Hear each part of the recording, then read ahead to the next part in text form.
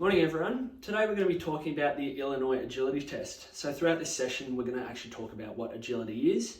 We're going to then go on to talk about the actual requirements of the test. We're going to talk about the reliability, the validities and the safety precautions that must be taken.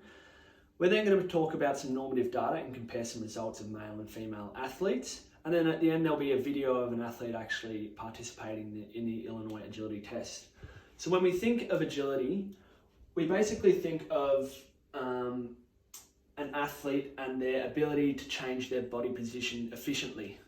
So the key movements or integration of isolated movement skills that are required in agility are balance, coordination, speed, reflexes, strength and endurance. So all these make up agility.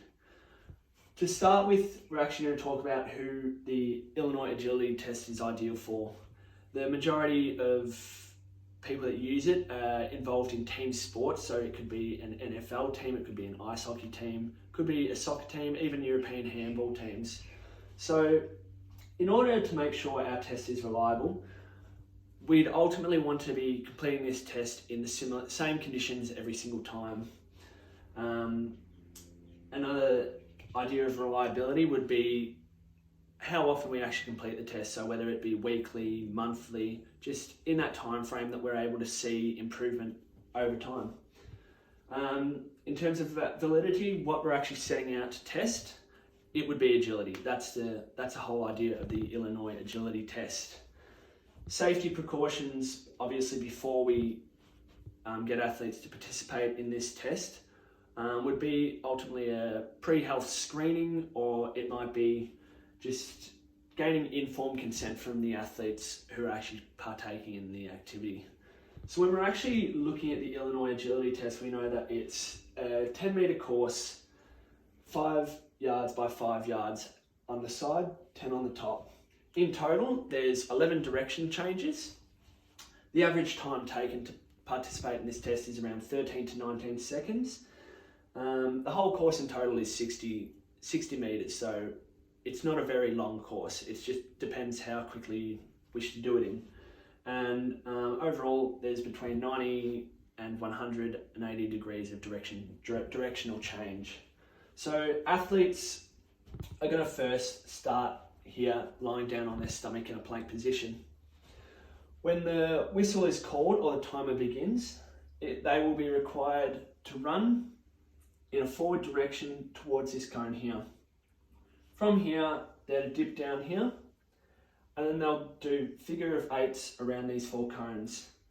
Once they get to the top, they'll be coming back, doing the exact same thing, running back to this further cone, and to the end. The timer either at that end or that end will then stop the timer and record their time. So when we actually look at the data behind this test, we know that there's always going to be varying results for different sort of players. So our results today that we're going to look at are going to be 16 to 19-year-olds participating in the sport of soccer. Here we have male and female. So there's when you look at the actual results, there's quite a variation or disparity of actual times completed. We know that excellent in terms of males is going to be anything below 15.2 seconds. So this time is, we often see it in elite athletes or semi-professional athletes, such as some AFL players and NFL players as well. Females, however, have their excellent times are looking at anything under 17 seconds, so a little bit longer than the males. Above average, there's quite a disparity here. 15.2 seconds to 16.1 is the average for males, and 17 to 17.9 for the females. When we look further down the scale, this is our biggest difference. When we're looking at males, we're looking at anything sort of longer than 19.3 seconds is going to be considered pretty poor.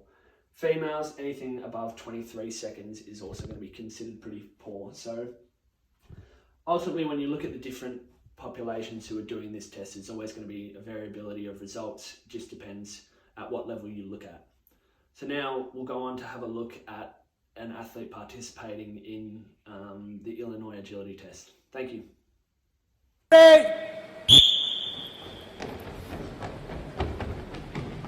Remember, we're not competing with the other person, we're just worrying about ourselves. Good, nice, very good, good, very good. 17.7. Even taking your